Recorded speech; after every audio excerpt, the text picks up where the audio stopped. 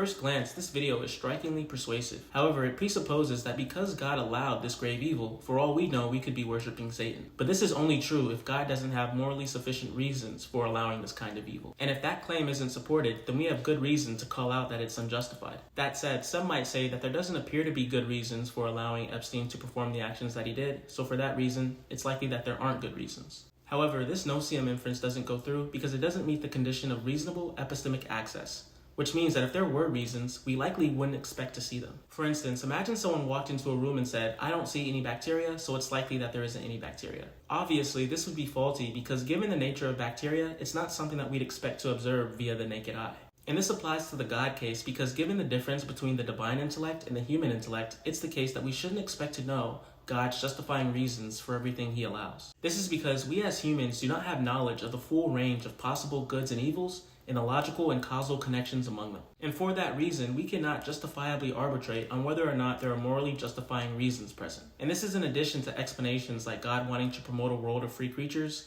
God wanting creatures to be able to build virtue, and God wanting creatures to be able to obtain higher order goods that arise from creatures persevering through tough and harsh situations.